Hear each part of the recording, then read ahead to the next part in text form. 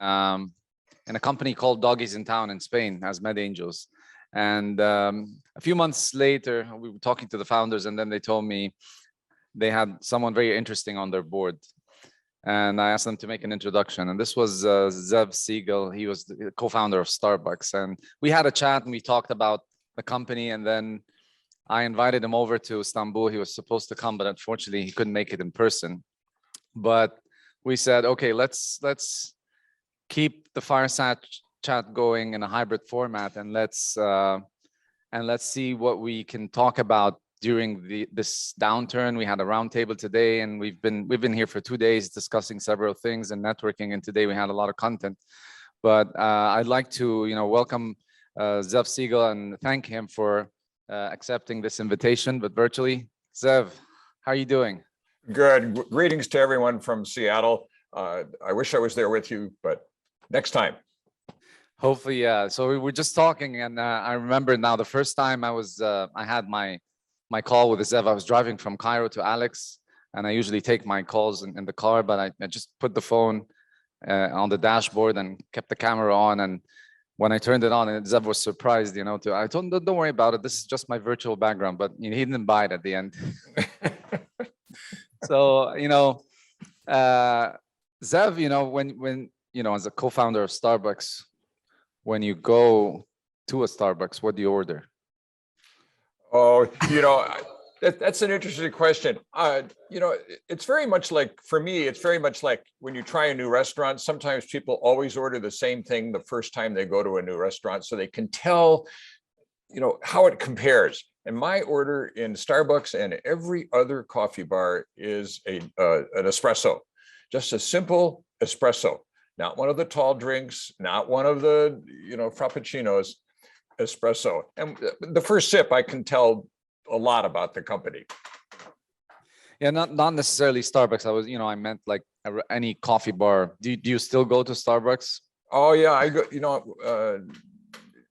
COVID has interrupted my travel, but it started up again a little bit. And certainly before COVID, everywhere I go, all over the world, the first thing I do is try to find the little local companies who roast coffee and operate coffee bars like Starbucks does.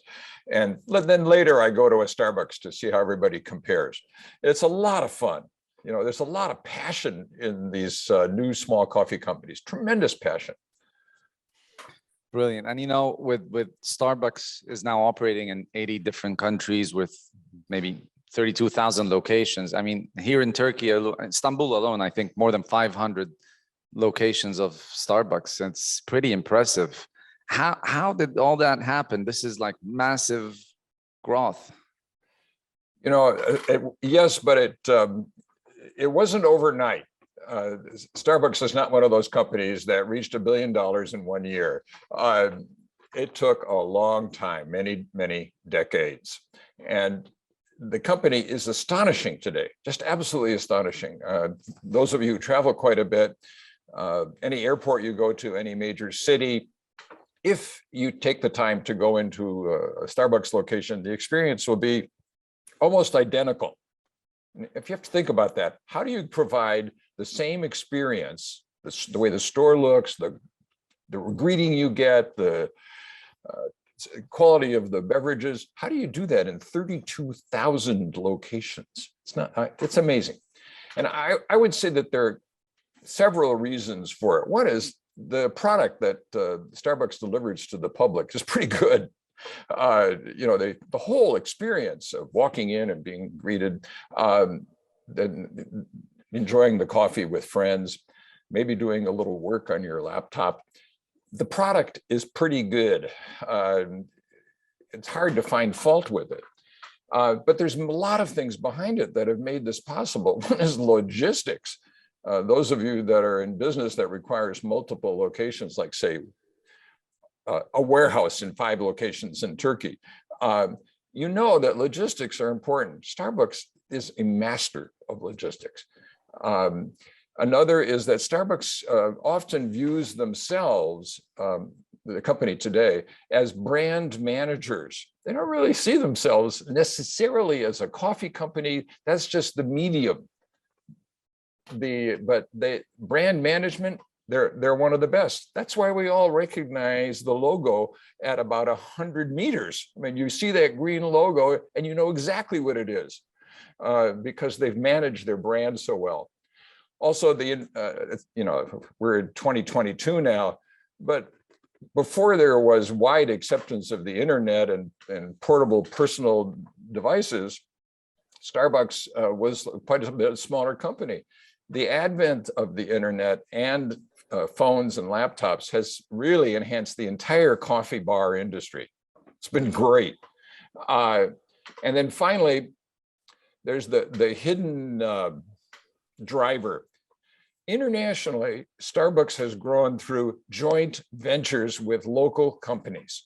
For instance, in Turkey, the joint venture partner is the Al Shaya Group in Kuwait. And Al Shaya is a gigantic organization that has joint venture partnerships with a number of food and beverage companies from the West. And their relationship with Starbucks is one of their biggest.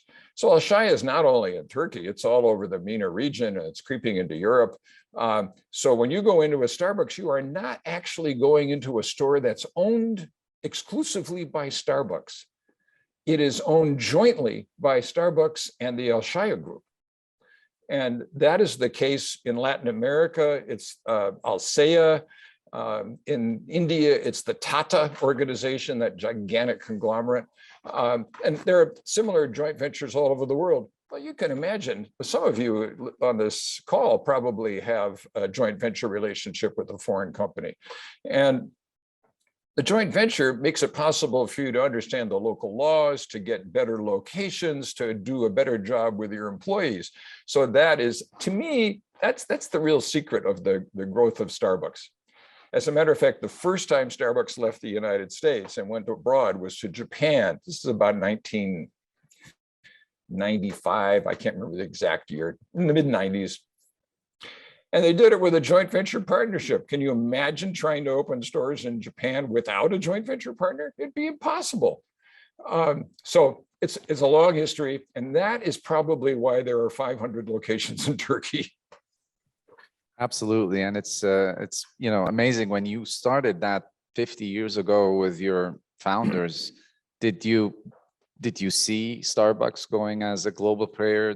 What was your vision? I'm going to share my screen here just a minute. Oh, if somebody would, someone can enable screen sharing. Yeah, if you enable sharing, in a minute, I'll show you a picture of the founders. We were three friends. This is 50 years ago. We were three friends. We wanted to change our lives a little bit. We worked for big organizations. We thought we could go independent. And we did not have a dream of global domination. Our dream was to do a good job in Seattle. Our dream in the first 2 years was just to survive. And I think that's true of many of the startup businesses that you all interact with. You got to survive first, then you can continue to grow. And we did achieve pretty strong domination in Seattle, and profitable company. The three founders had new cars. We thought we were really terrific. Let me see if I can share my screen now. Here we go. So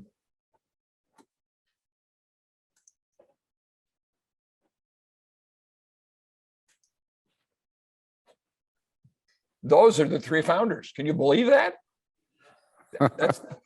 That's me in the middle. We're standing at a garbage can. There's real strength in this picture. It's a very important picture, at least to me. Each of us had we discovered very quickly that each of us had a different capability, a different talent. I'm a startup guy. I've been a startup guy for my whole life. And Jerry Baldwin on the right within a year, he emerged to be a really good leader and a financial executive, sort of a financially oriented CEO. And the guy on the left is Gordon Bowker. He became our marketing guru. In the early days in Starbucks, he helped us make sure that we were finely tuned to what our audiences wanted.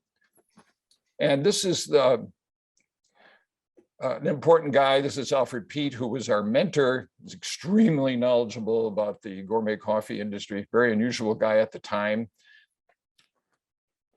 Here we are building the first store. You might ask, well, wait a minute. What? You guys built Starbucks Coffee Company. Well, how come you're building the first store with your own hands? And I think everybody in the audience probably understands why we are building this first store with our own hands. And the answer is, of course, we didn't have enough money. We were undercapitalized. This is an example of sweat equity. And one last slide. This is the first store as it looked when it opened. And as you can see, it's not a coffee bar. It's a coffee bean store. And that is what Starbucks was for its first 10 years throughout the 1970s. Very profitable group of coffee bean stores supplied by our own coffee roasting plant. So that gives you a picture of the early days. And let's get this down here. And stop sharing. There we go. Hi, I'm back. So we did dominate in Seattle, in answer to your question, and we did it by selling coffee beans. Frankly, at that time, if we had opened a chain of coffee bars in, say, 1975, they would have died. Nobody was ready for that, at least on the West Coast of the United States. That came under the ownership of the next leaders of the company. Yeah, and this brings me to my next question. I think maybe 5 years later, after 75, you sold Starbucks. And, today we were talking about, on the round table, we're telling all the investors and startups to start where the exit is. And you made an exit over there. So how do you feel about that? Any regrets? What happened exactly? And can you tell us more? Oh yeah, I can fill you in. I'm often asked if I feel regrets. Gee, Starbucks was so successful after you guys left, Zev. You must feel terrible about that. Why didn't you do that? And the answer, I'll answer that question in a moment. Why didn't we do that? But let's answer the first question. The Starbucks transition happened in the nicest way. And the company had hired, in the early 1980s, a wonderful guy named Howard Schultz to be the company's director of sales and marketing. He was really good. And together with Howard Schultz, the company started moving toward coffee bars, experimenting with coffee bars, and they worked. The reason that they worked, by the way, is in addition to making money as a coffee roaster, as a coffee wholesaler, as a coffee retailer, Starbucks now made an additional margin, additional profit margin as a coffee beverage sales point. And you might ask yourselves, why is it that coffee bars never seem to go out of business? At least in North America, that's the case. Why don't they go out of business? And the answer is they're profitable. That's why. And so by adding the coffee service to our existing stores and then opening a couple of coffee bars, things went well. Well, at that point, the partners had been on board for 14 years. And Howard Schultz was a little bit younger than we were, 6, 7 years younger than we were. And he was just full of energy and really capable. And he asked if he could buy the company from the founders. And his timing was perfect. We all wanted to sell. And so he acquired the company. Everybody came away from that transaction saying, yeah, I got the best deal. So it was a good transaction. Both sides were very happy. And then he immediately set out to change the company, to turn it into a coffee bar chain with rapid growth. Now, again, I want to remind everybody that Starbucks was never a unicorn. A unicorn is $1 billion at the end of your first year. It took Starbucks an additional 30 or 40 years to become the size it is now. Just steady, I would call it steady rapid growth. And it's still growing. So, the answer to the question, how did this happen? Is obviously change in ownership, a smooth transition, and exit for the original investors. Brilliant. But, a lot of coffee companies, also competing with Starbucks or not, but they're also very successful. What is it with coffee? I mean, the coffee business you mentioned, it's quite profitable, but I'm seeing a lot of brands and a lot of small stores that eventually have chains, but there's something here that I think everyone would like to know more about coffee. Well, you're in Turkey. Coffee's been in Turkey for more than 400 years, and you have to ask yourself why. Why is that? In Turkey, you don't until recently. This was how you made coffee, right? In an e-brick, but espresso is gradually taking over. So. Yeah, why is this industry so incredibly profitable? Well, there's the obvious answer, and then there's the not so obvious answer. Well, the obvious answer is these are points where people can be social, even if you're working at home. It's a place where you can go and actually see another human being. Very, delightful if they're well run.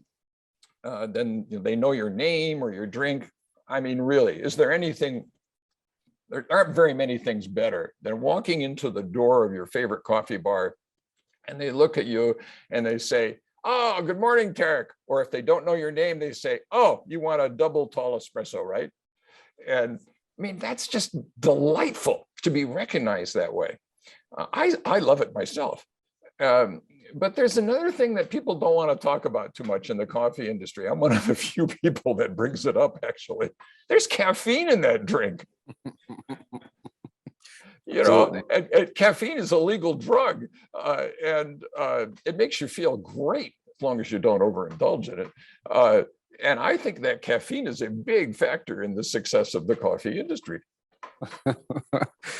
Absolutely. But I mean, let's move to startups. And this is what, this is how we actually met. And you're meeting startups all the time, mentoring them and coaching them and investing in them. And how do you find the startups that you're either mentoring, and how do they find you?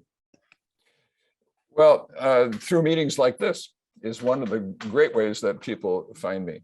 I meet, just to give people an idea, I would say 3 days a week. I meet each day, like Monday, Wednesday, Friday, with 3 startup entrepreneurs. And almost none of them are in the United States. And frankly, I like it that way. I'd rather be helpful in parts of the world where there aren't so many guys like me. So most of the people I work with are in the European countries, in the MENA region, including Turkey, and now recently in West Africa. I love working with these people. And I have a secret for, if they contact me, often through LinkedIn. The bold ones will just send me a message through LinkedIn. Then we'll set up a meeting on Zoom. Or if they come from a meeting, or they sometimes come from referral. For instance, you mentioned the person who started Doggies in Town, Jessie Ackermans, who's in Spain. She and her partner and I have been working together now for, I think, 2 years. And she has referred quite a few people to me. Now, I have the secret ingredient that really helps me attract and retain these people. One is I know a lot about the very thing that they're interested in, which is suddenly they find they need to raise money. It's a wonderful thing that happens when an entrepreneur needs to raise money. They start listening to other people a little bit. It's the point, it's the inflection point where they start to realize that being product oriented, which they almost all are, they're really just in love with their software or their product or whatever it is, whatever it is they're selling, their consulting service, they're just in love with it. Well, now they have to start thinking about it more as a business, and this makes them extremely flexible. And that's when I like to talk to them. And I know quite a bit from doing so much mentoring and coaching over the last decade that I can be really useful to them. I can help them. And we go through their PowerPoint, which is just an excuse to see how they're thinking about their business. They think I'm critiquing their PowerPoint, but what I'm really doing is critiquing their whole concept of their business. And then pretty soon we're talking about how one of their product lines appears not to be profitable and how their supply chain's got a big problem in it, and all the things that you want them to have solved before they start talking to investors. Now, every investor present today has seen some pretty bad presentations. And the people I work with, they try to prevent that. I'd like to point out that when you see a bad presentation, you have two choices, right? You can help them correct what's wrong with their business, and then they'll be able to come back to you. Or you can say, goodbye. I would encourage you to think about the possibility of helping them do a better job and come back to you next time, if it seems to be a promising industry. I have to confess that I have a secret tool for attracting and retaining people, which is I don't charge these startup investors a fee for my services. Now, some of you are thinking, are you insane, Zev Siegl? What's wrong with you? How can they have any respect for you if they don't have to pay you? And I understand that point of view, but I would say that if this month, September, I've been working with maybe 25 different people from time to time. I would say I would be working with none of them if I charged them a fee. They just wouldn't be able to afford me. I would go for $300 an hour, and they can't pay it. So if I want to work with these people, no fee. And it works great. They do not abuse it at all. Usually my engagements with most of these people last from, say, 2 meetings to about 6 meetings. Jesse Ackerman's, who I've been meeting with for 2 years, is kind of an exception. It works very well. And so I can attract them when they're always surprised when they don't have to pay. And then we go forward. That's great. And did any of them open the Zoom camera and, you found them driving like I was?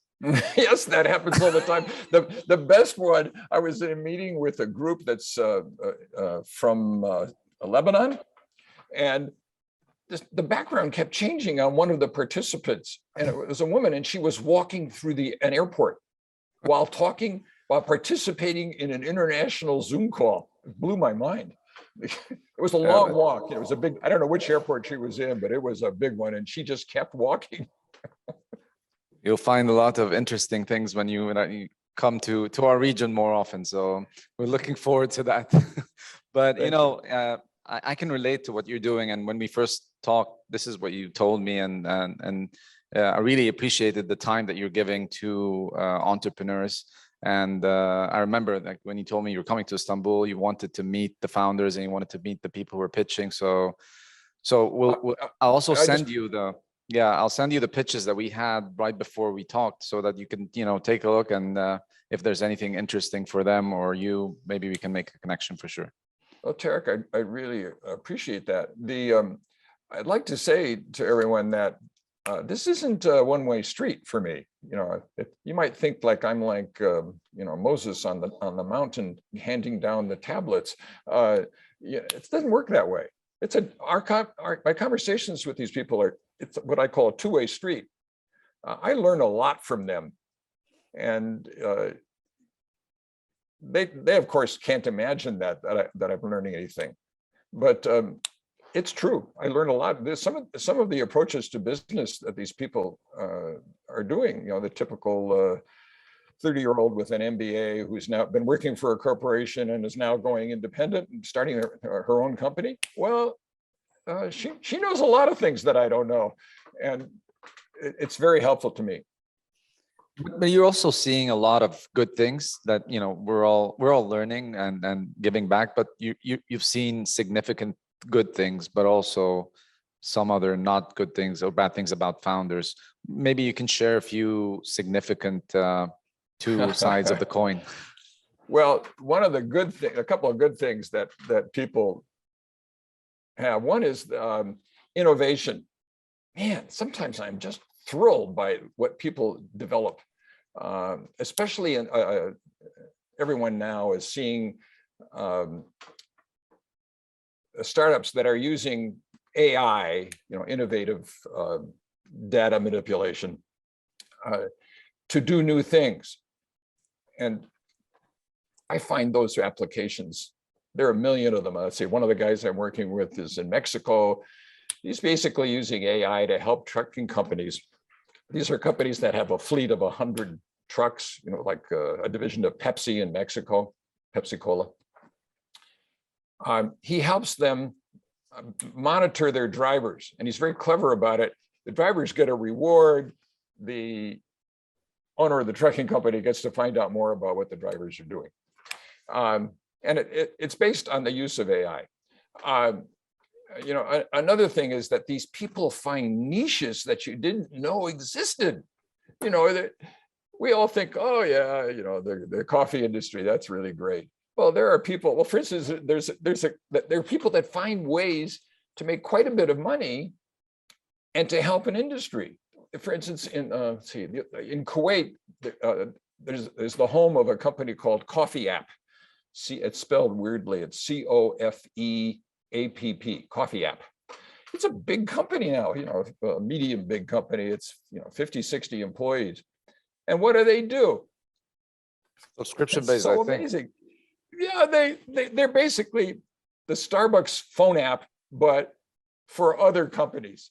So if you have a coffee bar chain in, you know, in Izmir, and you have, you know, 6 locations, you can sign up to use this incredible app called the Coffee App, and it will enable your customers to pre-order things and, you know, to get good deals and accumulate points and all those things that you'd like to get from an app. And you don't have to pay to develop the app, you know, which would cost a fortune.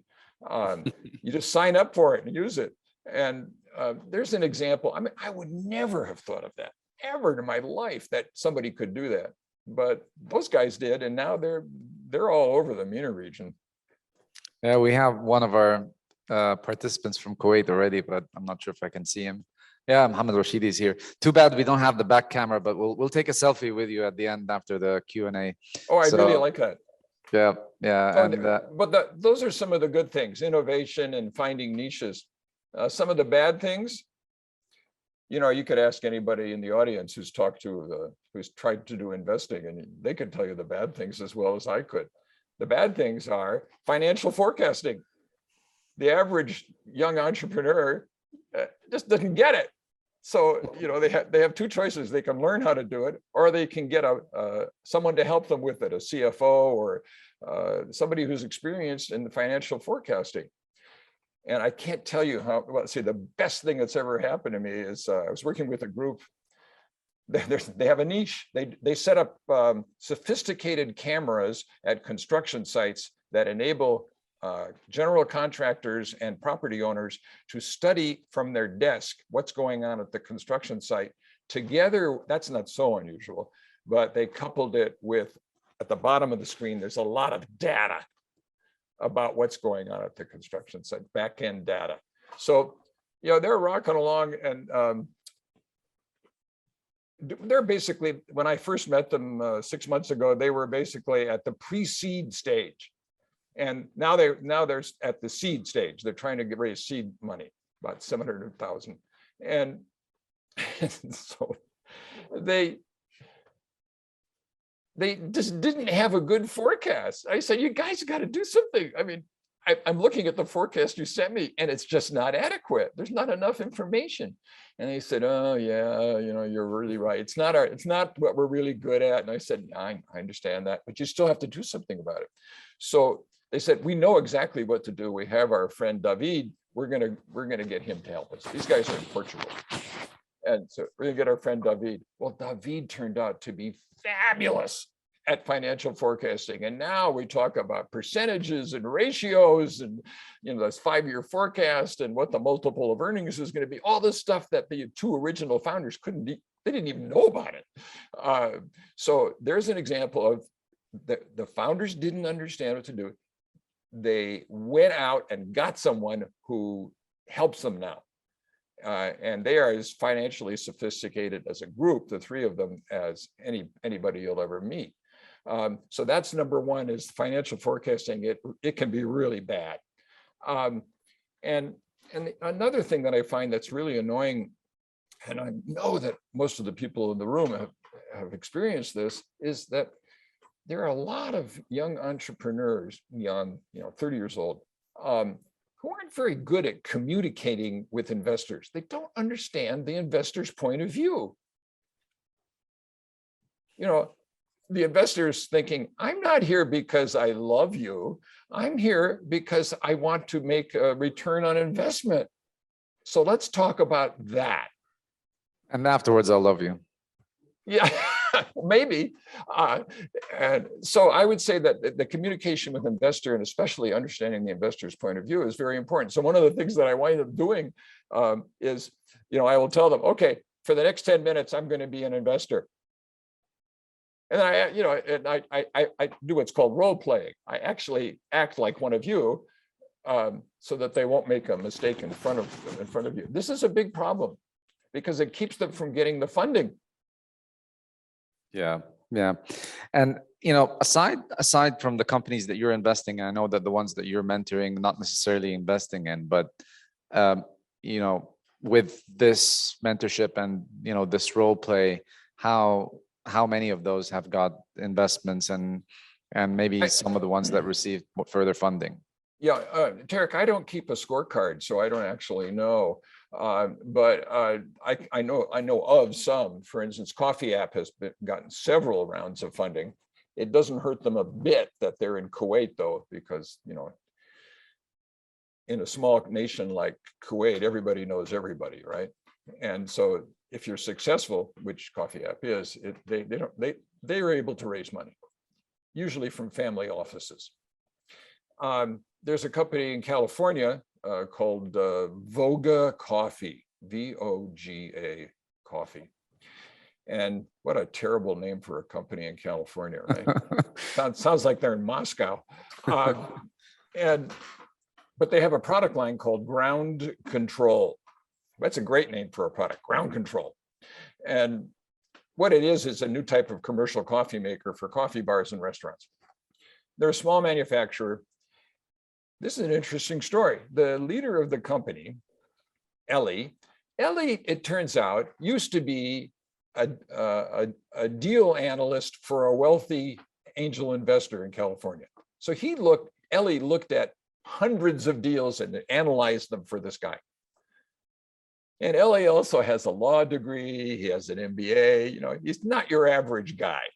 And so with his background and his education and his own intelligence, he's been able to make this company successful. And he has also been able to raise money. First, it was from us normal size angel investors.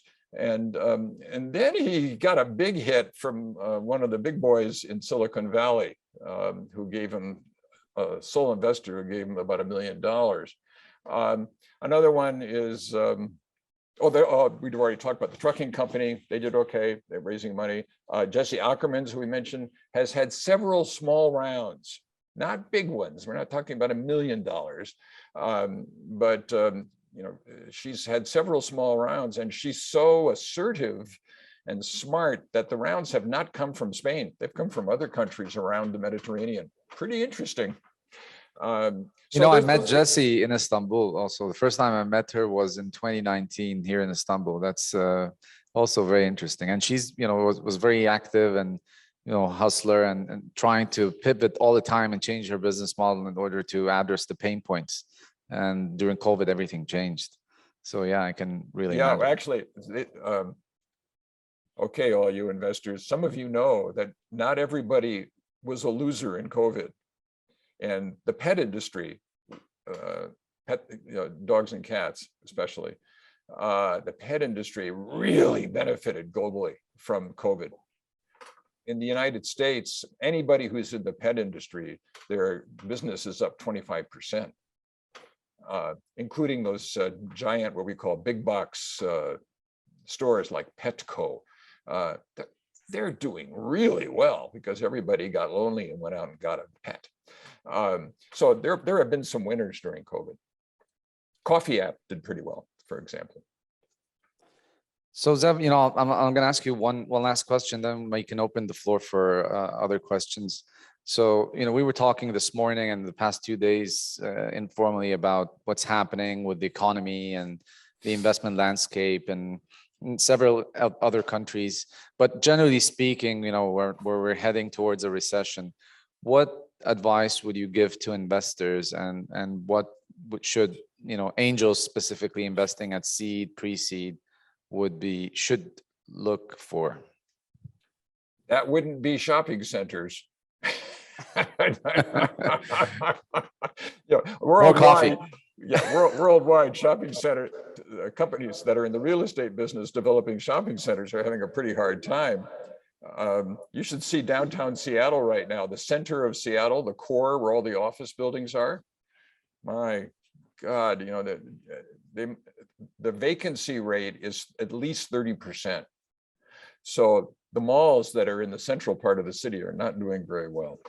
I would say that it's not a downturn for everybody. And some of the people who are at your meeting could testify to this. A great category is people who are doing companies where they're using artificial intelligence to apply to various industries. I'm working with a guy, actually, he's in Argentina, who's having great success using AI to apply to the advertising industries, helping companies rationalize how they spend their money on advertising. And he's working with big clients. And in general, tech is pretty exciting. If you go to conferences now, probably the one you're at, you hear about the metaverse, which is, to me, feels like AI on steroids. There are some companies that are doing really imaginative things using high-powered computer networks. And these guys are not suffering during the downturn. They're just getting in business and positioning themselves to do well when the downturn ends. And so I think there are lots of opportunities.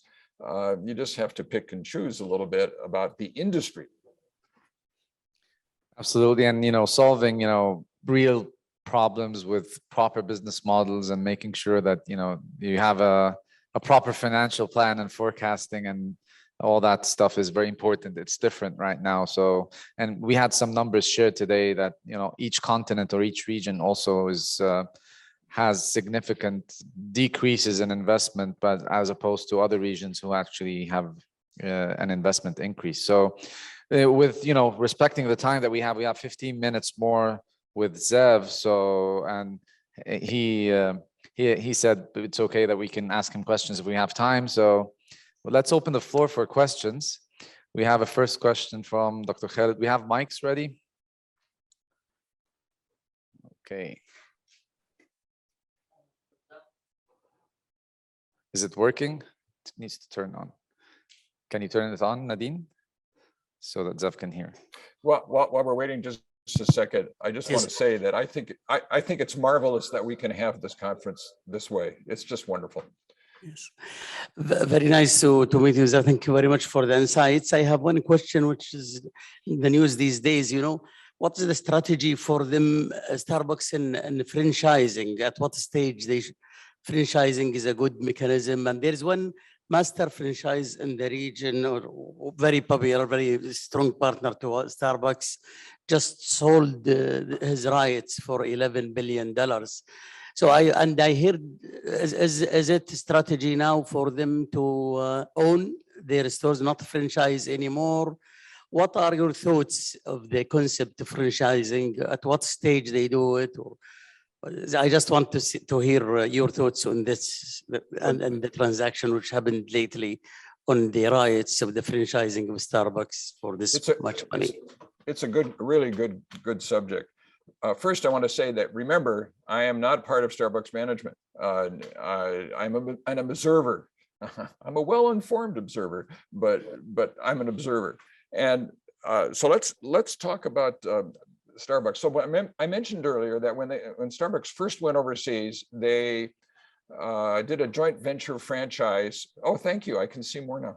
Yeah, we're trying to move the camera around so you can see some more people. So Dr. Kady, you can look at the camera. He's one of the investors in Doggies in Town, actually. So. Oh, that's wonderful. My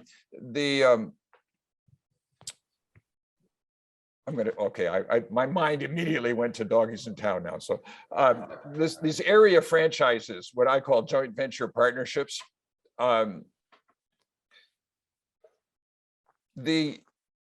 some of them get bought out. The first one, the one in Japan, has been acquired by Starbucks. Their joint venture partner was bought out. And my understanding is that the joint venture partner did very well. They got a great return on investment. I can conceive that these joint ventures would reach an end. So for instance, one of the newest ones is in India with Tata. Now, Tata is an awesome conglomerate. It's just huge. They make cars, they grow coffee, they make steel, they do all kinds of things. The joint venture partnership, which is just getting going, works very well because India is such a difficult market. It's really difficult. So I imagine that Starbucks and Tata will be in business for 10 or 15 years, and maybe at some point, Starbucks will buy them out too. It's a convenient arrangement for both parties. By the way, Starbucks itself does not do small franchises. Starbucks owns its locations. There are other companies, a couple from England, for example, that do sell like a city or even one store at a time to investors, the way McDonald's does. And in McDonald's typically will sell a city to somebody who then has to open a certain number of stores in that city. McDonald's, as far as I know, does not sell a country to anyone. It's a different model. So there are lots of people, I get calls, from people who say, hey, can you help me get a Starbucks? I want to open a Starbucks store in Vladivostok near my house, in the Western Russia. I said, no, I can't help you do that. Not only that, but Starbucks isn't going to sell you that franchise. You won't be able to do that. So they do sell these what the questioner called an area franchise. I call it a joint venture, where it's a grand scale, like most of the MENA region is one company. I'll show you. Thanks, Zev. We have another question here. Mike, please. Yes, Zev. Hi, Mike. Okay, this is Kamel. Okay, Kamel or ladies first. Okay, this is Hanan. So coffee is addictive and profitable. What was Howard Schultz's pitch to convince you to sell? It didn't take much. It didn't take much to start the conversation, because the founders although I don't think he knew it, the founders were kind of ready to go. Jerry Baldwin wanted to take over a company in California in which Starbucks already had an interest, which he did. Gordon Bowker basically wanted to retire and do other things, and he had just started a pretty substantial brewery, beer brewery, brew pub, with an experienced partner. And they ran that for 10, 15 years and then sold it to a very large beer company, Budweiser. And so it was, his timing was good. That's the first thing. He was an insider. So, because he'd been working for the company, and he and Starbucks, that is Howard Schultz and Starbucks, had also done a sort of joint venture. They had opened 3 or 4 coffee bars under a different brand name in Seattle. And at that point, I think Howard Schultz felt constrained a little bit by being part of Starbucks. He wanted to bust out where he could get away from the old guys, and so he had the brilliant idea to raise money first from angel investors. He did it in 2 rounds. He first raised money from angel investors, people like his dentist, for example, and then he had the good fortune to attract the attention of 3 big angel investors, what we would call today home offices, family offices. He got 3 of them in Seattle to back him. And then at that point, then he could really make the company grow. And then for many years afterwards, the way I like to phrase it is, he's such a good salesperson and good business person that he was able to attract bigger and bigger and bigger piles of money and get them a return.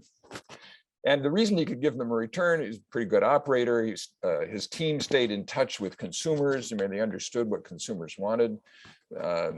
And so the profits, when their stores opened profitable, they were profitable on day 1 now. So they don't have to wait for them to ramp up. People line up for every time there's a new store. So, that's the general answer to your question. Great, thanks, Zev. We have another question from Kamil and from Hamad Rashidi. Hello. Yeah. Okay.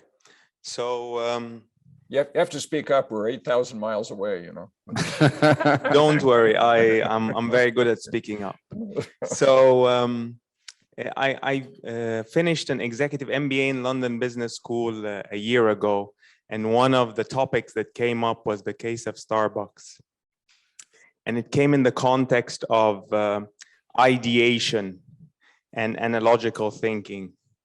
So first of all, I'd like you to confirm if their story is correct, and then I'll ask a question about, a general question. So first of all, their story is the following: that Howard Schultz went on a trip to Italy, and then he found the coffee shops there, and he liked the social aspect of it, which they didn't have in the US.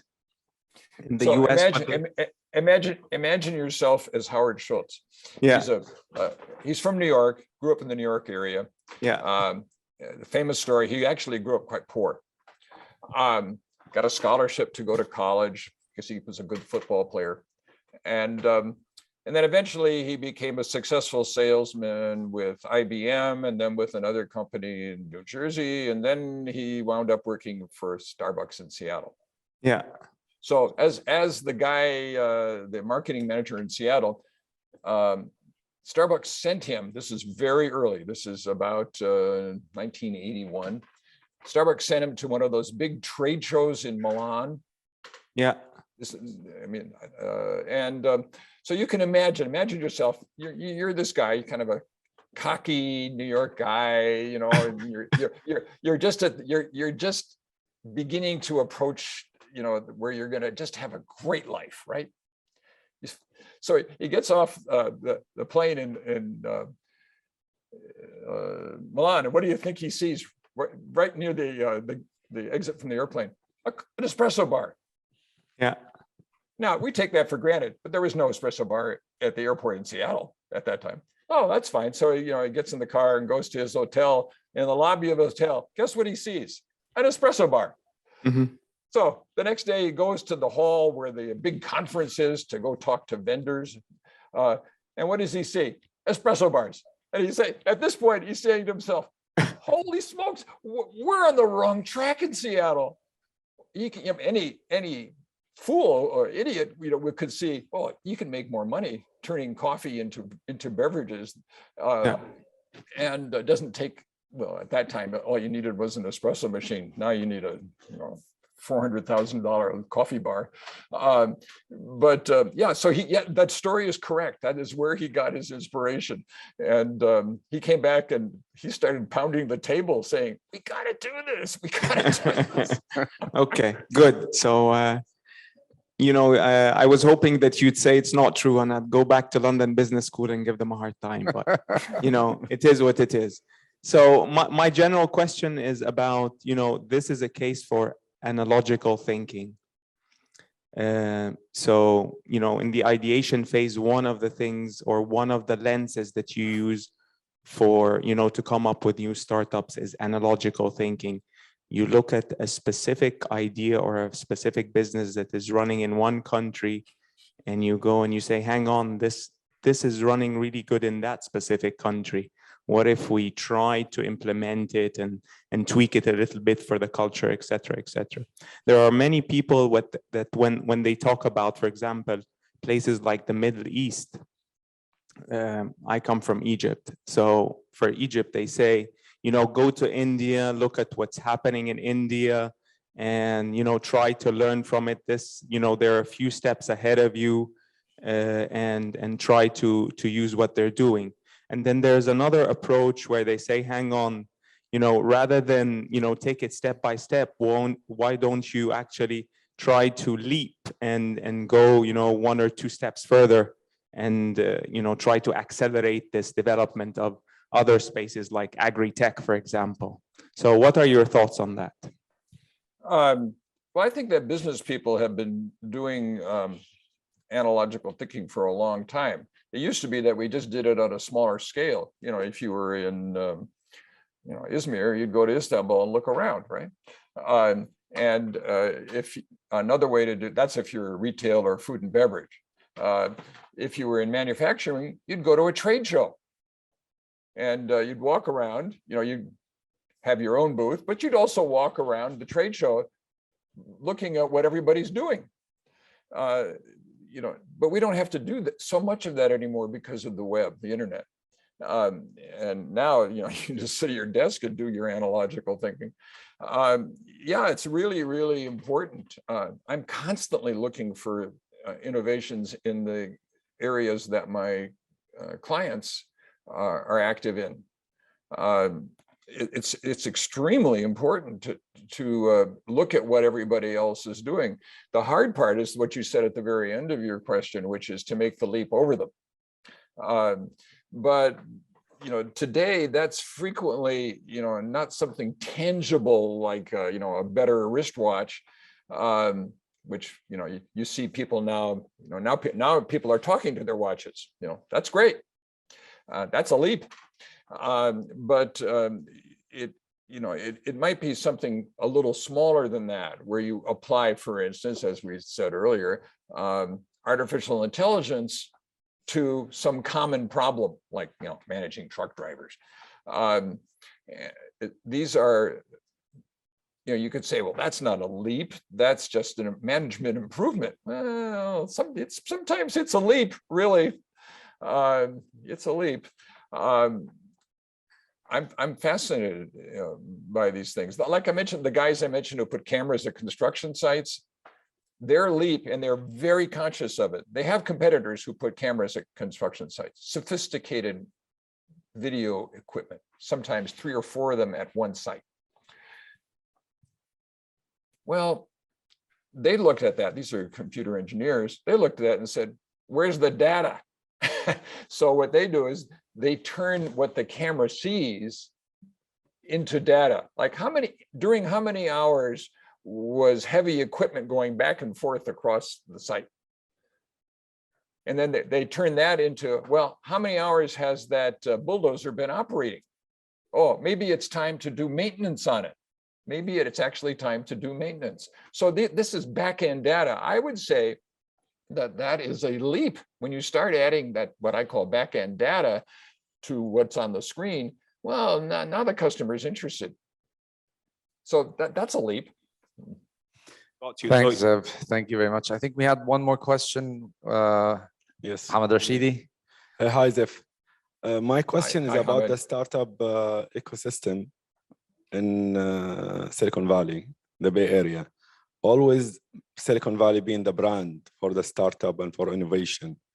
Do you believe that with the current innovation and transformation and digital twin and AI, this can be repeated virtually or digitally to be anywhere globally as an ecosystem? Well, the powers in Dubai would have you believe that, wouldn't they? Dubai is trying to become the leader of absolutely everything. Let's talk about that Silicon Valley problem. Silicon Valley is a well-established 30-year-old ecosystem.